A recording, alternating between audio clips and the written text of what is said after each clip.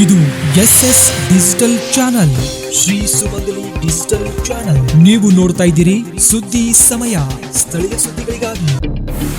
ಸುದ್ದಿ ಸಮಯದ ಪ್ರಾಯೋಜಕರು Mahalakshmi jewellers, gold hub, main road, Kalaburagi.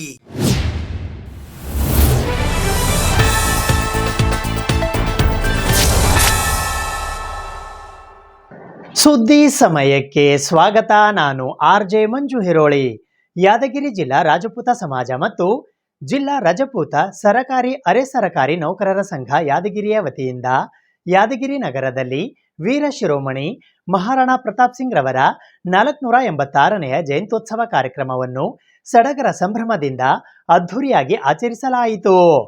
Yadgir ಜಿಲ್ಲಾ ರಾಜಪೂತ ಸಮಾಜ ಹಾಗೂ ಜಿಲ್ಲಾ ರಜಪೂತ ಸರಕಾರಿ ಅರೆ ಸರಕಾರಿ ನೌಕರರ ಸಂಘ ಯಾದಗಿರಿಯ ವತಿಯಿಂದ ಶ್ರೀ ವೀರ ಶಿರೋಮಣಿ ಮಹಾರಾಣಾ ಪ್ರತಾಪ್ ಸಿಂಗ್ ರವರ 486ನೆಯ ಜಯಂತ್ಯೋತ್ಸವ ಕಾರ್ಯಕ್ರಮವು ದಿನಾಂಕ 14ನೇ ಜೂನ್ 2026ರಂದು ಬೆಳಿಗ್ಗೆ 10 ಗಂಟೆಗೆ ಯಾದಗಿರಿಯ ಹೈದರಾಬಾದ್ ರಸ್ತೆಯ KSRTC ವರ್ಕ್ಶಾಪ್ ಎದುರುಗಡೆ ಇರುವ ಸಹ್ಯಾದ್ರಿ PU ಕಾಲೇಜಿನಲ್ಲಿ ಹಮ್ಮಿಕೊಳ್ಳಲಾಗಿತ್ತು.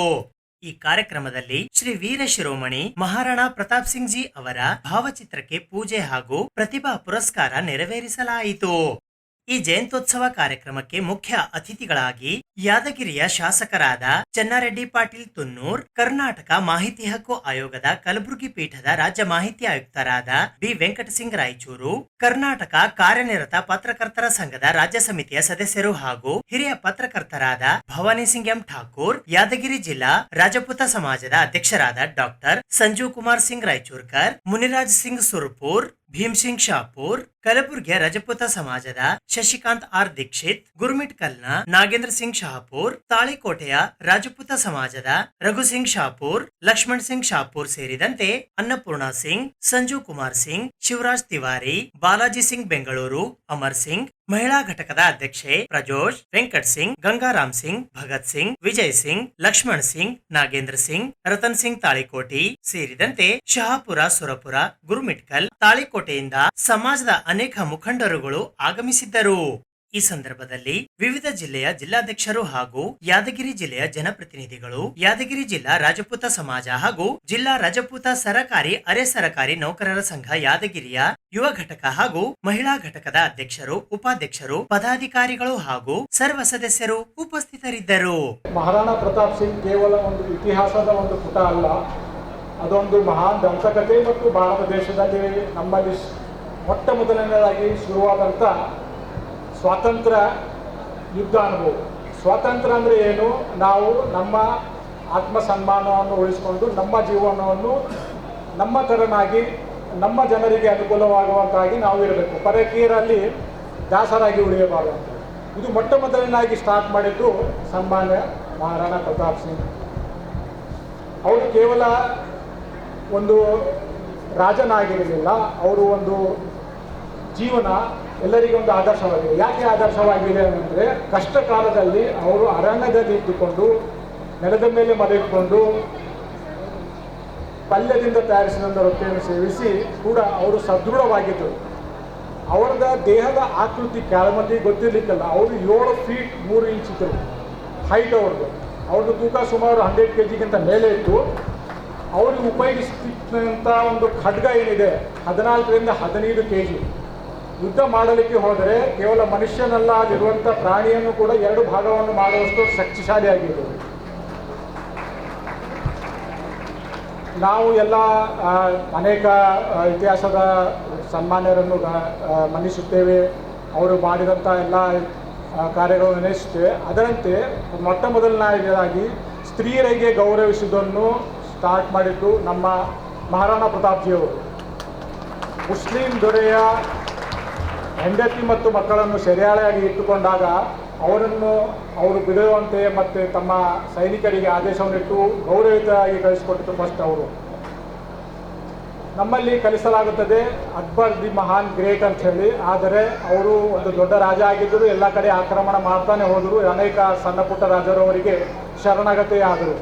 ಮೊಟ್ಟ ಮೊದಲನೇದಾಗಿ ಅಂಥ ದೊಡ್ಡ ರಾಜನಿಗೆ ಪ್ರತಿರೋಧವಿಟ್ಟು ನಿರಂತರವಾಗಿ ಹೋರಾಡಿದಂಥ ರಾಜ ಶ್ರೀ ಮಹಾರಾಣಾ ಪ್ರತಾಪ್ ಸಿಂಗ್ ಅವರು ಒಂದು ವಿಭಿನ್ನವಾದ ಒಂದು ವಿಭಿನ್ನವಾದ ಯುದ್ಧದ ಶೈಲಿ ಇತ್ತು ಅವರು. ಗೆರಿಲ್ಲಾ ವಾರ್ ಅಂತಾರೆ ಅದಕ್ಕೆ. ಗೆರಿಲ್ಲಾ ವಾರ್ ಅಂತಂದರೆ ಗುಡ್ಡಗಾಡಿನಲ್ಲಿ ಒಂದು ಸ್ವಲ್ಪವೇ ಸೈನ್ಯದೊಂದಿಗೆ ಅಕ್ಬರನ ಸೇನೆ 80,000, ಇವರ ಸೇನೆ 1,500, 2,000 ಅಷ್ಟೇ. ಆದರೂ ಕೂಡ ಅವರು ಎಂದಿಗೂ ಸೋಲಪ್ಪಲಿಲ್ಲ. ಆ ಗೆರಿಲ್ಲಾ ವಾರ ಮುಂದೆ ಒಂದು ಮಾದರಿಯಾಯಿತು ಯುದ್ಧ ಮಾಡಲಿಕ್ಕೆ. ವಿಯೆಟ್ನಾಂ ಮತ್ತು ಬಾಂಗ್ಲಾದೇಶದಲ್ಲಿ ಕೂಡ ಆ ಥರದ ಯುದ್ಧಗಳು ನಡೆದು ಅದರಿಂದ ಅವರಿಗೆ ಸ್ವಾತಂತ್ರ್ಯ ಸಿಕ್ಕಿತು. ಈ ಯುದ್ಧದ ಬಗ್ಗೆ ಪರಿಕಲ್ಪನೆ ಬೇರೆ ಬೇರೆ ದೇಶಗಳಿಗೆ ಹೋಯಿತು. ಆ ಥರದ ಮಹಾನ್ ವ್ಯಕ್ತಿಯಾಗಿದ್ದರು. ಇನ್ನೊಂದು ವಿಷಯ ಏನಂದರೆ ಮಹಾರಾಣಾ ಪ್ರತಾಪ್ ಅವರು ಸಮಾನತೆಯನ್ನು ಹೇಳಿದರು. ಸಮಾನತೆ, ಅವರು ಯುದ್ಧದಲ್ಲಿ ಹೋಗುವಾಗ ಅವರ ಸೈನ್ಯದಲ್ಲಿ ಎಲ್ಲ ಜಾತಿಯವರಿದ್ದರು. ಕೇಳು ಜಾತಿ, ಮೇಲಜಾತಿ, ಈವನ್ ಅನ್ಯ ಧರ್ಮದವರು, ಮುಸ್ಲಿಮ್ಸ್ ಕೂಡ ಇದ್ದರು. ಅವನ್ನೆಲ್ಲರೂ ಒಟ್ಟಿಗೆ ಸೇರಿಸಿಕೊಂಡು ಅವರು ಒಂದು ಯುದ್ಧವನ್ನು ಮಾಡ್ತಾ ಇದ್ದರು. ಆ ಯುದ್ಧದಲ್ಲಿ ಅವರು ಜಯಶಾಲಿ ಆಗಲಿಲ್ಲ, ಆದರೆ ಸೋಲಲೂ ಇಲ್ಲ. ಅವರು ಎಂದಿಗೂ ಅವರು ತಲೆಬಾಗಲಿಲ್ಲ. ಆ ಒಂದು ಗುಣ ನಮ್ಮಲ್ಲಿ ಕೂಡ ಇದೆ. ನಾವು ಹೇಳಿದ್ರಿಗೆ ಆಲ್ರೆಡಿ ಅಕ್ಕ ಅವರು ಹೇಳಿದರು, ನಾವು ಹುಟ್ಟಿದಾಗಲಿದ್ದರೆ ರಾಜರು, ಆದರೆ ನಮ್ಮಲ್ಲಿ ರಾಜರು ಅಂತ ಹೇಳ್ಕೊಳ್ಳಿಕ್ಕೆ ನಮಗೇನು ರಾಜ ಮನೆತನ ಇಲ್ಲ, ನಮಗೆ ಯಾವುದು ಅರಮನೆ ಇಲ್ಲ. ನಾವೆಲ್ಲರೂ ಈ ಸದ್ಯಕ್ಕೆ ತುಂಬ ಕಷ್ಟದಲ್ಲಿರೋರಿದ್ದೇವೆ.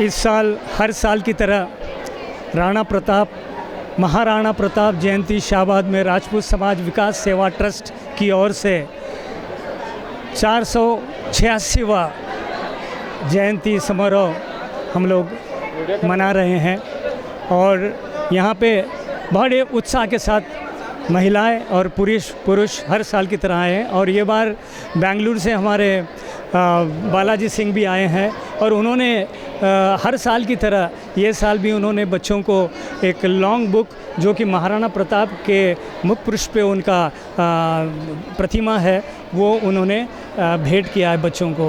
तो मैं यही चाहता हूँ कि हर साल हर उमंग के साथ में महिला पुरुष और बच्चे इसमें भाग लेकर के सहाकार बने और इसे हर साल इसी तरह से एक राष्ट्र सेवा की तरह निर्माण करें। धन्यवाद।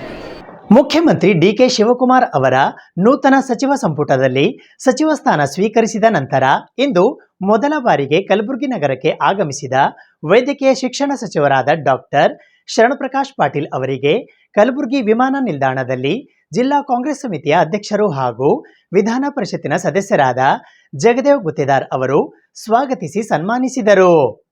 ಮುಖ್ಯಮಂತ್ರಿ ಡಿಕೆ ಶಿವಕುಮಾರ್ ಅವರ ಸಚಿವ ಸಂಪುಟದಲ್ಲಿ ಸಚಿವ ಸ್ಥಾನ ಸ್ವೀಕರಿಸಿದ ನಂತರ ಮೊದಲ ಬಾರಿಗೆ ಕಲಬುರಗಿ ನಗರಕ್ಕೆ ವಿಮಾನದ ಮೂಲಕ ಆಗಮಿಸಿದ ವೈದ್ಯಕೀಯ ಶಿಕ್ಷಣ ಸಚಿವರಾದ ಡಾಕ್ಟರ್ ಶರಣಪ್ರಕಾಶ್ ಪಾಟೀಲ್ ಅವರಿಗೆ ಕಲಬುರಗಿಯ ವಿಮಾನ ನಿಲ್ದಾಣದಲ್ಲಿ ವಿಧಾನ ಪರಿಷತ್ನ ಸದಸ್ಯರು ಹಾಗೂ ಜಿಲ್ಲಾ ಕಾಂಗ್ರೆಸ್ ಸಮಿತಿಯ ಅಧ್ಯಕ್ಷರಾದ ಜಗದೇವ್ ಗುತ್ತೇದಾರ್ ಕಾಳಗಿ ಅವರು ಸ್ವಾಗತಿಸಿ ಸನ್ಮಾನಿಸಿದರು.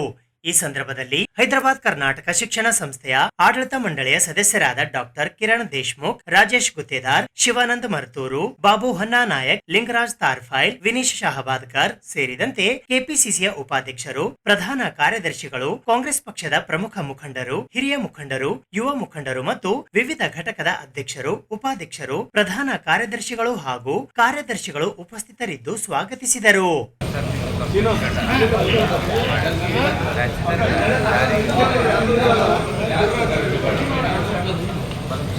सब साइड में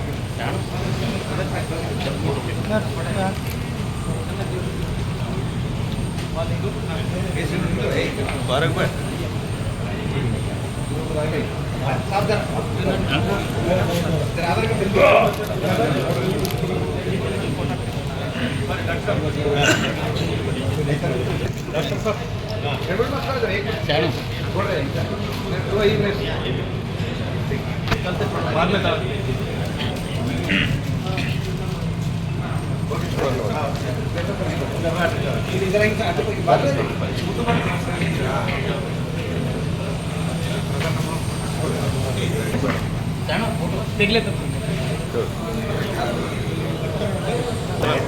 $774-707.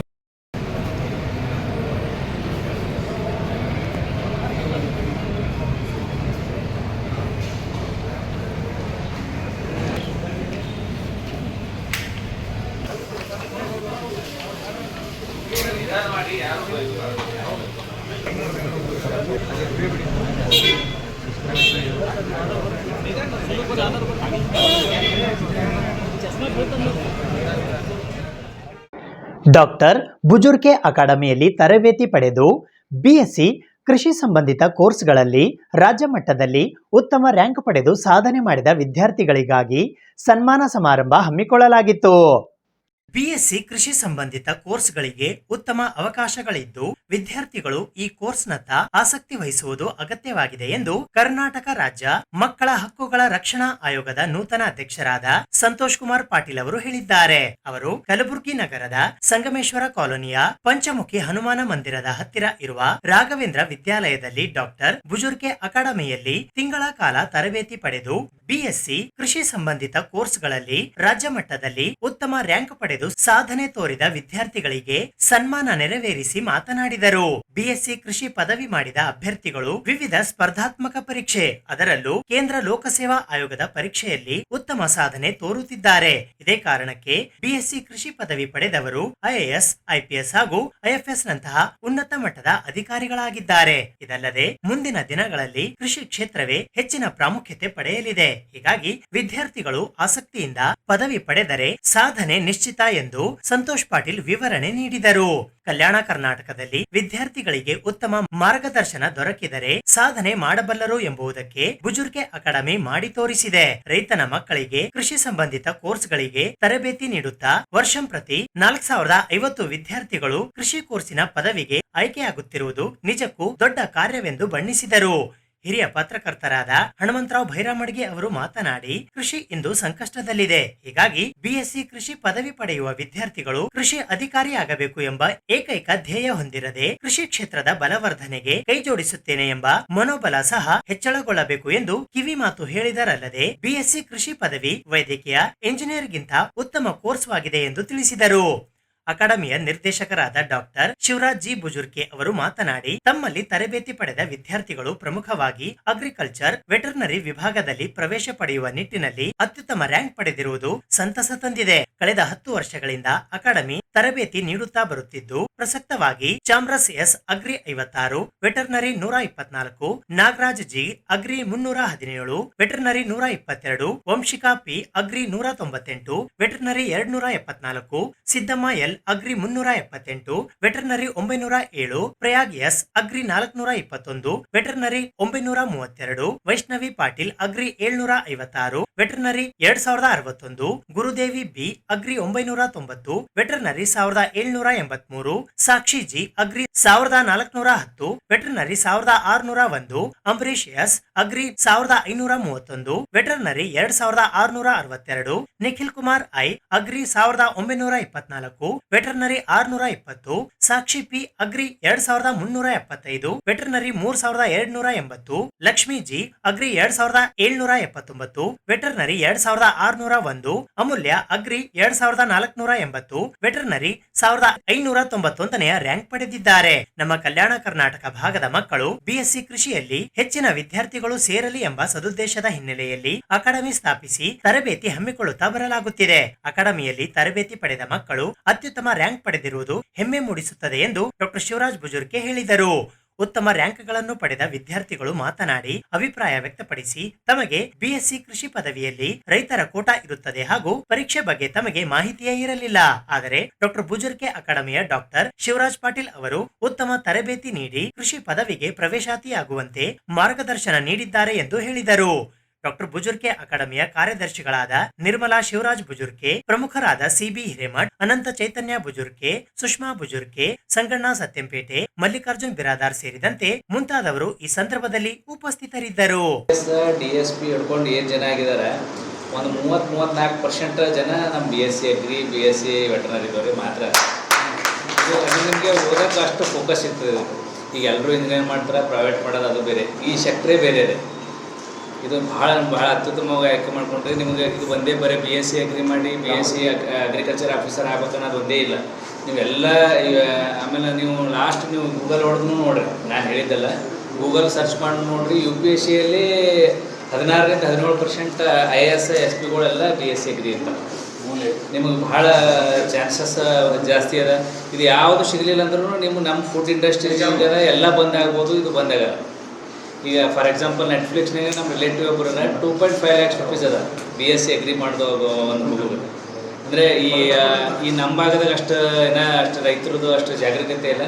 ಬಹುಶಃ ಬೆಳಗಾಂ ಏರಿಯಾ ಆಗಲಿ, ನಮ್ಮ ಶಿವಮೊಗ್ಗ ಏರಿಯಲ್ಲಿ, ದಾವಣಗೆರೆ ಏರಿಯಲ್ಲಿ ಭಾಳ ವೈಡ್ ಅದ. ಈ ನಿಮ್ಮ ಫಿಶ್ರಿ ಆಗಲಿ ಇವೆಲ್ಲ ದೊಡ್ಡ ಪ್ರಮಾಣದಲ್ಲಿ ಅದ. ತಾವು ಒಳ್ಳೆ ಆಯ್ಕೆ ಮಾಡ್ಕೊಂಡ್ರೆ ತಾವು ಮುಂದಿನ BSc 3 ಯಾವ್ಯಾವ ಕಾಲೇಜ್ ರೆಸ್ಪೆಕ್ಟಿವ್ ಕಾಲೇಜ್ನಾಗ ಬಿಟ್ಟಾಗ ಪ್ರಾಕ್ಟಿಕಲ್ ಆಗಲಿ ಇದು ಆಗಲಿ ನೀವು ಸ್ವಲ್ಪ ಸೀರಿಯಸ್ನೆಸ್ ಆಗಿಬಿಟ್ರೆ ರಿಸಲ್ಟ್ ಬಂದರೆ ಅತ್ಯುತ್ತಮವಾಗಿ ನಿಮ್ಮ ಭವಿಷ್ಯ ರೂಪಿಸ್ಕೋಬೋದು. ನಿಮ್ಮ ಜೊತೆಗಿದ್ದವ್ರು ನೀವು ಯಾರೇ ಒಬ್ಬರು ಸಕ್ಸಸ್ ಆದ್ರೆ ಅಂದರೆ ಎಂಟರ್ ನಿಮ್ಮ ಫ್ಯಾಮ್ಲಿನೇ ನೀವು ನಿಮ್ಮ ತಂಗಿ ಅಣ್ಣ ಎಲ್ಲರಿಗೂ ಜೊಕೊಂಡು ಹೋಗೋಂಥ ಶಕ್ತಿ ನಿಮ್ಮಲ್ಲಿ ಅದ.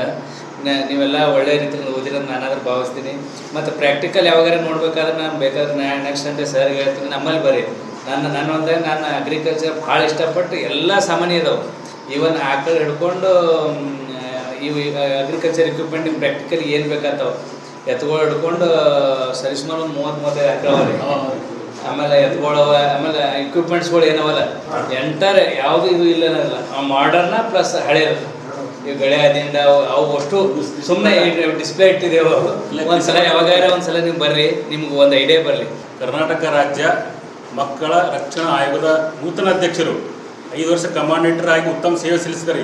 ಕರ್ನಾಟಕ ರಾಜ್ಯ ಮಕ್ಕಳ ಆಯೋಗದ ಅಧ್ಯಕ್ಷರಾಗಿ ಪ್ರಥಮ ನಮ್ಮ ಭಾಗದಿಂದ ಕಲಬುರಗಿಯಿಂದ ಆದವರು ಇವರೇ ಫಸ್ಟ್ ಅಧ್ಯಕ್ಷರಾಗಿ ಫಸ್ಟ್ ಪ್ರೋಗ್ರಾಮ್ ಇದೆ ಅಕಾಡೆಮಿ ಕೊಟ್ಟರು. ಇದು ಅದೃಷ್ಟ ಅಂದರೆ ಅವ್ರದ್ದು ಇವು ಸ್ಫೂರ್ತಿ. ಇವ್ರು ಹೆಂಗಂದ್ರೆ ಸರ್ವಿಸ್ನಾಗ ಉತ್ತಮ ಸೇವೆ ಸಲ್ಲಿಸಲಿಕ್ಕಾಗಿ ಅವಕಾಶ ಸಿಕ್ಕದ.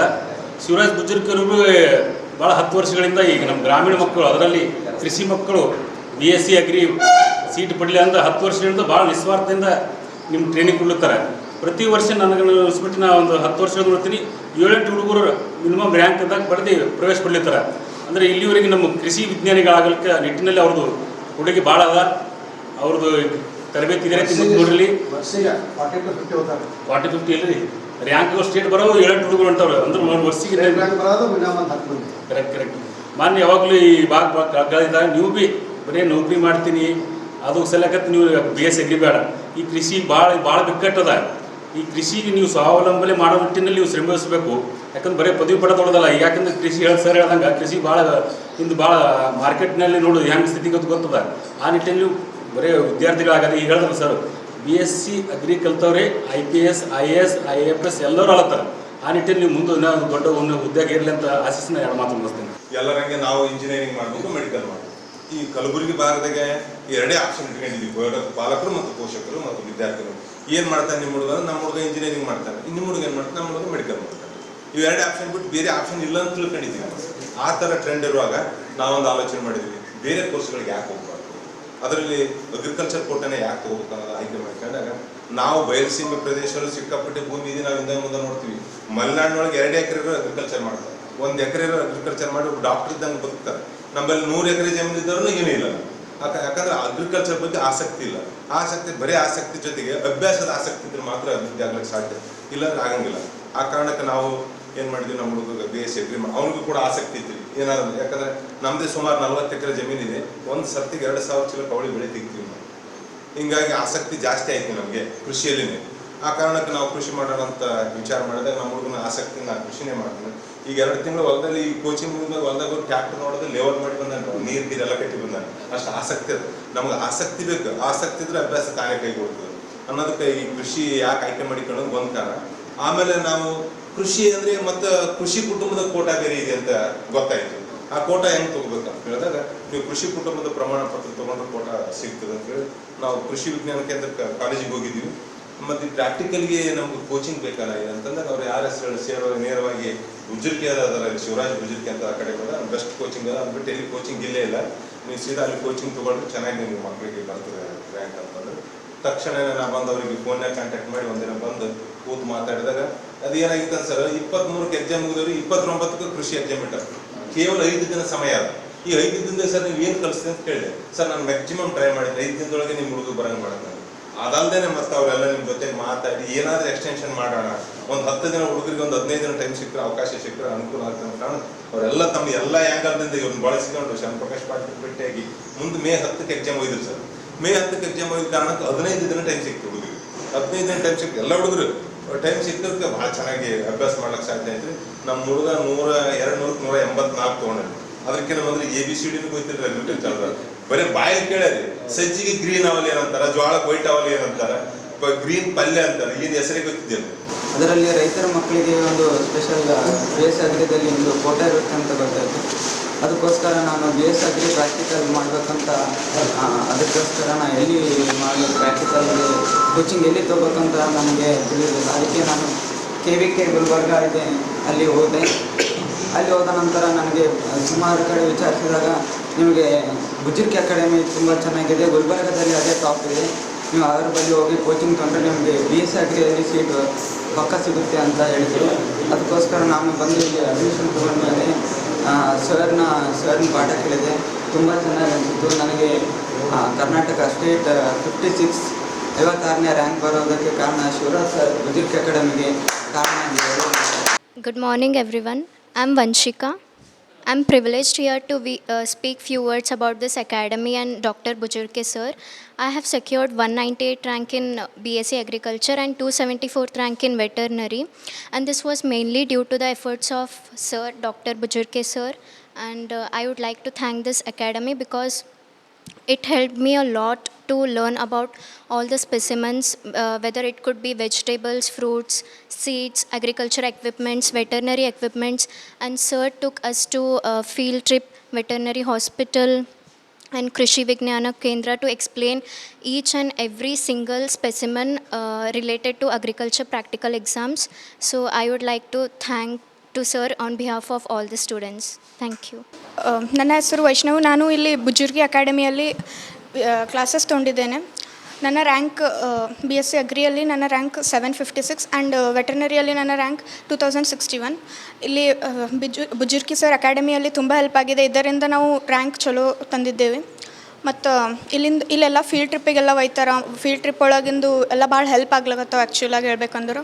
ಮತ್ತು ಸೀಡ್ ಬ್ಯಾಂಕ್ ಅಂತ ಹೇಳ್ಕಸ್ ಒಂದು ಹೊಸದಿದು ತೆಗ್ದಾರೆ ಸರ್. ಸೀಡ್ ಬ್ಯಾಂಕ್ಲಿತ್ತು ಭಾಳ ಹೆಲ್ಪ್ ಆಗ್ತಾವ. ಅವು ತೊಗೊಂಡವರೆಲ್ಲ ಭಾಳ ಟಾಪ್ ಡಿಸ್ಟ್ರಿಕ್ಟ್ ಟಾಪ್ಸ್ ಅದು ಹೊಂಟದ. ಸೊ ಮುನ್ನೂ ಭಾಳ ರ್ಯಾಂಕ್ಸ್ ಎಕ್ಸ್ಪೆಕ್ಟೆಡ್ ಅವ ಇಲ್ಲಿಂದು. ಯಾರಿಗಾರ ಅಗ್ರಿಕಲ್ಚರ್ ಅದು ಮಾಡೋದಿತ್ತಂದ್ರೆ ಬುಚ್ಚರ್ಗಿ ಸರ್ಲಿತ್ತು ಭಾಳ ಹೆಲ್ಪ್ ಆಗ್ತದೆ. ಮುಂದೆ ಬರ್ಬೋದು ಯಾರೇ ಮಾಡೋದಿತ್ತು ಇಂಟ್ರೆಸ್ಟ್ ಇತ್ತಂದ್ರೆ. ಹಾಗೆ ಭಾಳ ಸ್ಕೋಪ್ನೂ ಅದ ಮುಂದಿಂದು ಪೀಳಿಗೆ ಬರ್ಬೋದು ಇಲ್ಲಿ ಅಗ್ರಿಕಲ್ಚರ್. ಎಲ್ಲರಿಗೂ ನಮಸ್ಕಾರ. ನನ್ನ ಹೆಸರು ಸಾಕ್ಷಿ. ನಾನು ದಿಶಾ PU ಕಾಲೇಜ್ ವಿದ್ಯಾರ್ಥಿ. ನನಗೆ ಅಗ್ರಿಕಲ್ಚರ್ ಬಗ್ಗೆ ಯಾವ ನಾಲೆಜ್ ಇದ್ದಿದ್ದಿಲ್ಲ. ನಾನು ಇಲ್ಲಿ ಬಂದಮೇಲೆ ಗೊತ್ತಾಯಿತು ಇಲ್ಲಿ ಅಗ್ರಿಕಲ್ಚರ್ ಕೋಟಾ ಇದೆ ಅಂತ.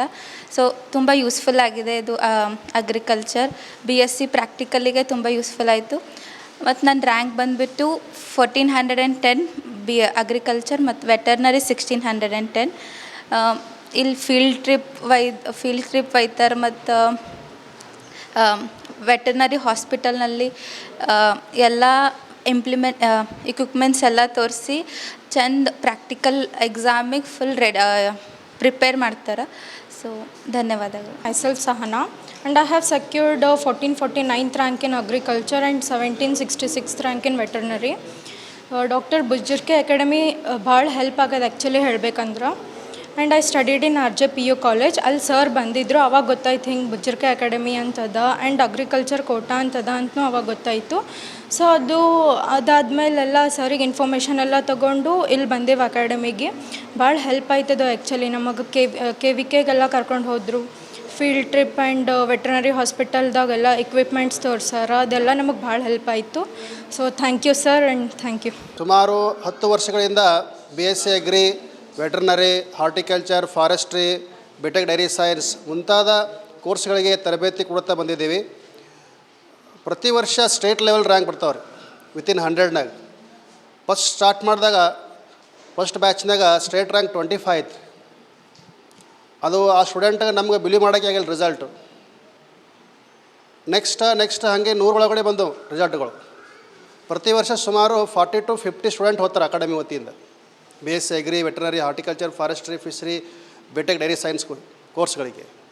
ಈ ವರ್ಷ ಕೂಡ ಟಾಪರ್ಸ್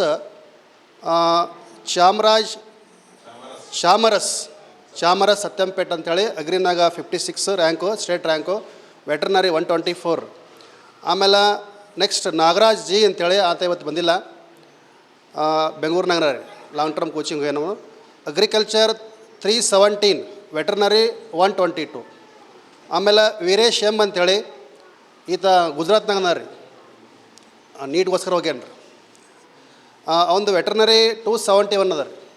ಆಮೇಲೆ ನೆಕ್ಸ್ಟ್ ವಂಶಿಕಾ ಅಗ್ರಿಕಲ್ಚರ್ 198, ವೆಟರ್ನರಿ 274.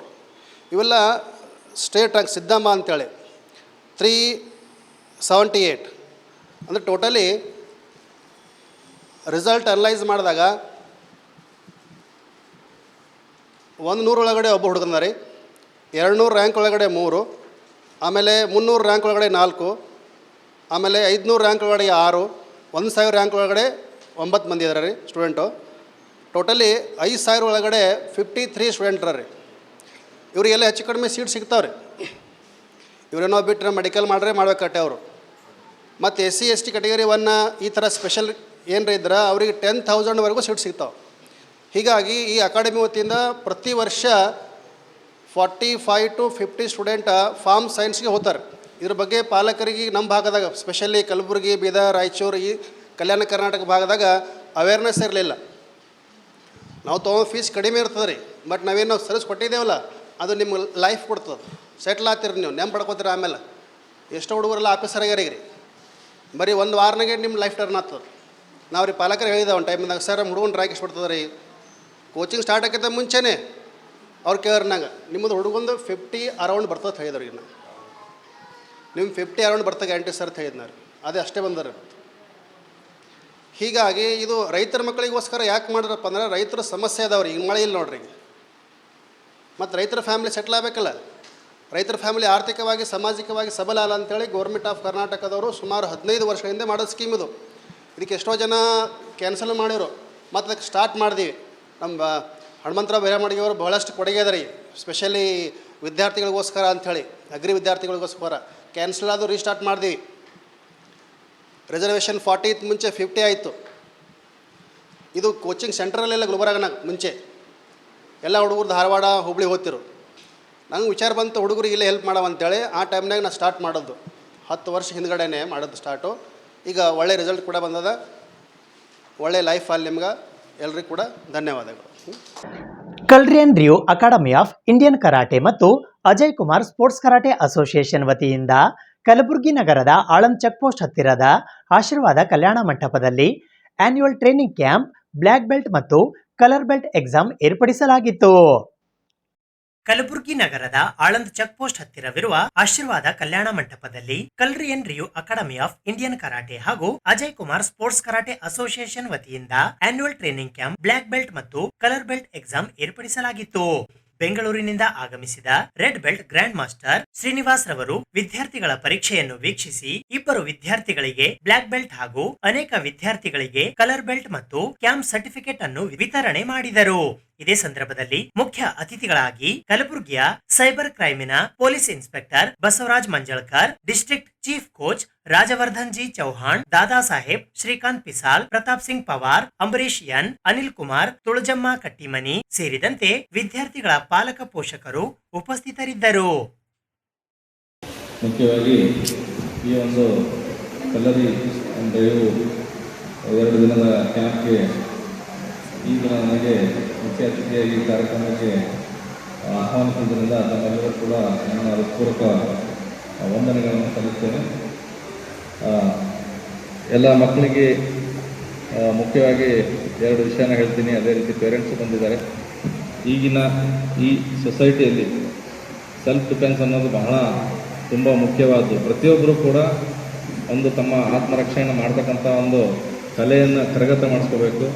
ಮುಖ್ಯವಾಗಿ ಹೆಣ್ಮಕ್ಕಳು ಈ ಒಂದು ಕಲೆಯನ್ನು ಅಥವಾ ಕರಾಟೆಯನ್ನು ಆತ್ಮರಕ್ಷಣೆಯನ್ನು ತಾವು ಕಲಿಬೇಕಂತ ನಮ್ಮ ಕಡೆಯಿಂದ ಪೊಲೀಸ್ ಇಲಾಖೆ ಕಡೆಯಿಂದ ಒಂದು ಸಜೆಷನ್ ಕೇಳ್ತೀವಿ.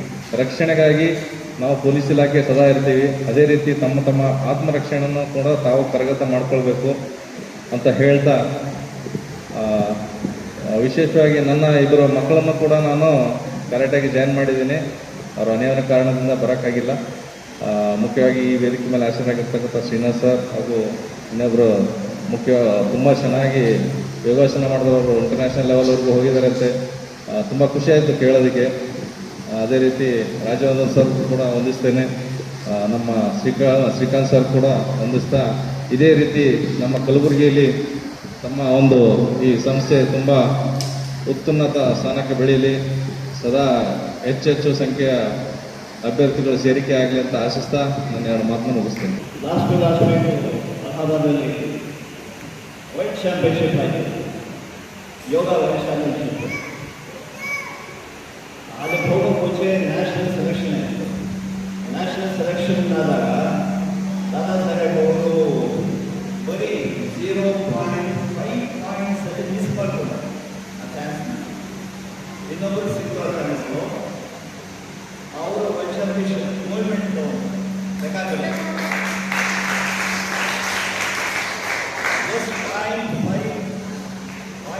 ಅಂತ ಮಾರ್ಕ್ಸ್ 0.5 ಮಾರ್ಕ್ಸ್ ಬೆಸ್ಟ್. ಹಾಗಾಗಿ ಇವರಿಗೆ ಅದು ಸೆಲೆಕ್ಷನ್ ಆಗಲಿಲ್ಲ. ಸೆಲೆಕ್ಟ್ ಆದವರಿಗೆ ಗೋಲ್ಡ್ ಮೆಡಲ್ ಸಿಗ್ತದೆ. ಯಾಕಂದರೆ ಅವ್ರು ಗೋಲ್ಡ್ ಮೆಡಲ್ ಜಪಾನವ್ರಿಗೆ ಯಾರೋ ಸಿಕ್ಕೋರು, ಇನ್ನೊಬ್ರಿಗೆ ಯಾರೋ ಟ್ರಾನ್ಸ್ಫರ್ ಬಂದಿದೆ. ಇದೇ ಸ್ವಲ್ಪ ಇದರಲ್ಲಿ ಇವರು ಹೋಗಿದ್ದಾರೆ. ಡೆಫಿನೆಟ್ ಆಗಿ ವೈಟ್ ಚಾಂಪಿಯನ್ಶಿಪ್ಗೆ ಗೋಲ್ಡ್ ಹೊಡಿತಾರೆ.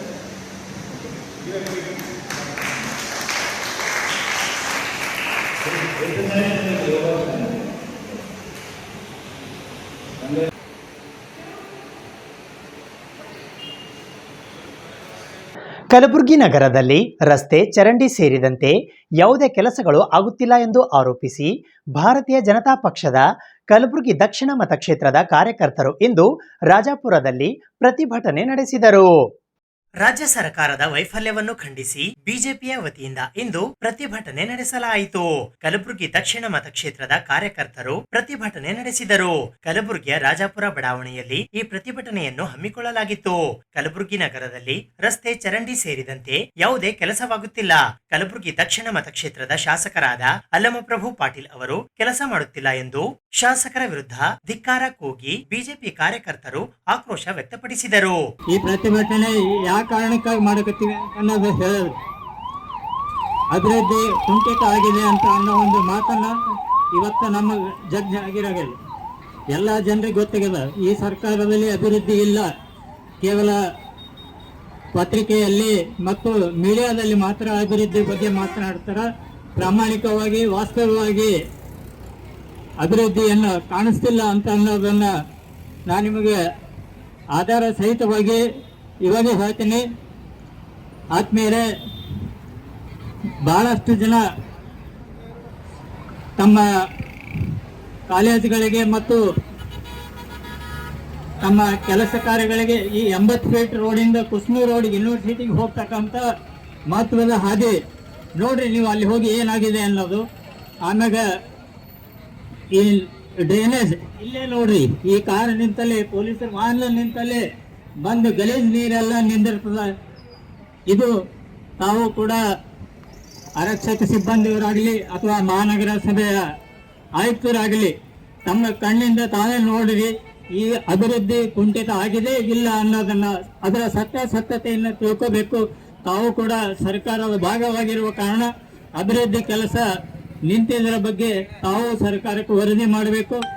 ಈ ಪ್ರತಿಭಟನೆಯಲ್ಲಿ ವ್ಯಕ್ತವಾದಂತಹ ಎಲ್ಲ ಅಭಿಪ್ರಾಯಗಳು ಸರಿಯವ, ಈ ಸರ್ಕಾರಕ್ಕೆ ತಾವೇ ವರದಿ ಕೊಡಬೇಕು ಅಂತ ಹೇಳಿ ನಾನು ಮನವಿ ಮಾಡಿ, ಬಂಧುಗಳೇ, ವಾರ್ಡ್ ನಂಬರ್ 48ರಲ್ಲಿ ಬಹಳಷ್ಟು ಸಮಸ್ಯೆಗಳಿವೆ. ಆದರೆ ಅಲ್ಲಂಪ್ರಭು ಪಾಟೀಲ್ ಅವರು ಓಪನಿಂಗ್ ಒಂದು ತೋಲು ಮಾಡ್ತಾರೆ, ರೋಡ್ ಒಂದು ತೋಲು ಮಾಡ್ತಾರೆ. ಯಾಕಪ್ಪ ಅಂತಂದ್ರೆ ಅಲ್ಲಿ ಓಪನಿಂಗ್ ಮಾಡಿದ್ರು 1 ಕೋಟಿ ರೂಪಾಯಿ ರೋಡ್ ಏನದ ಅಮ್ಮಬೆ ಗುಡಿ ಹತ್ರ ಅದ. ಅವ್ರು ಮಾಡಿದ್ದು ತಮ್ಮ ಲ್ಯಾಂಡ್ 3 ಎಕರೆ ಲ್ಯಾಂಡ್ ಅದ, ಆ ಪ್ರಾಪರ್ಟಿ ಏರೋ ಸಲಿಂದ ಅವ್ರು ಬಂದು ರೋಡ್ ಮಾಡ್ತಾರ.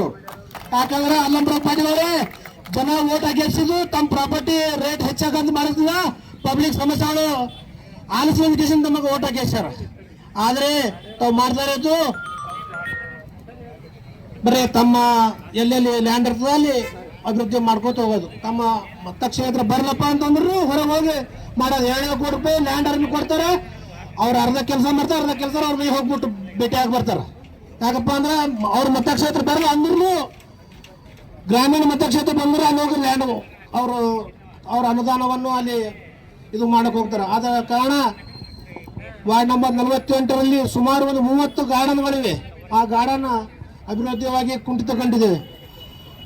ಅದು ಮತ್ತು ಹೊಸ ಆಟೋ ಹತ್ತಿರ ಒಬ್ಬ ನಮ್ಮ ವೋಟರ್ಸ್ ಆದಂಥ ಶರಣಪ್ಪ ಸರ್ ಅವರು ಅಲ್ಲಿ ತೆಗೆದಾಗ ಬಿತ್ತಿ ತೀರ್ಕೊಂಡರು.